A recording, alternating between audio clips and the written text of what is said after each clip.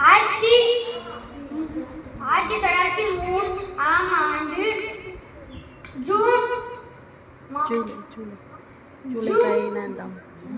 ஜூலை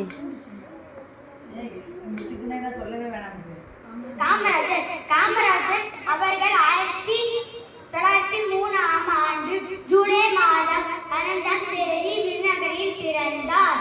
அவருடைய தந்தையின் பெயர் குமாரசாமி, தாயார் சிவகாமி அம்மையார். விடுதலை வீரர் சத்தியமூர்த்தி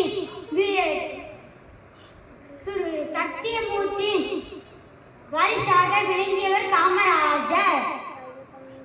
1954 ஆம் ஆண்டு அனைவரின் பேராதவுடன் காமராஜ் தமிழ்நாட்டின் முதலமைச்சராக பதவியேற்றார். கட்டாய கல்வி, இலவச மதியம் பல திட்டங்களை உருவாக்கி வைத்தார். 1976 இந்தியாவின் உயரிய குடிமகன் பாரத ரத்னா அவருக்கு வழங்கப்பட்டது. நன்றி.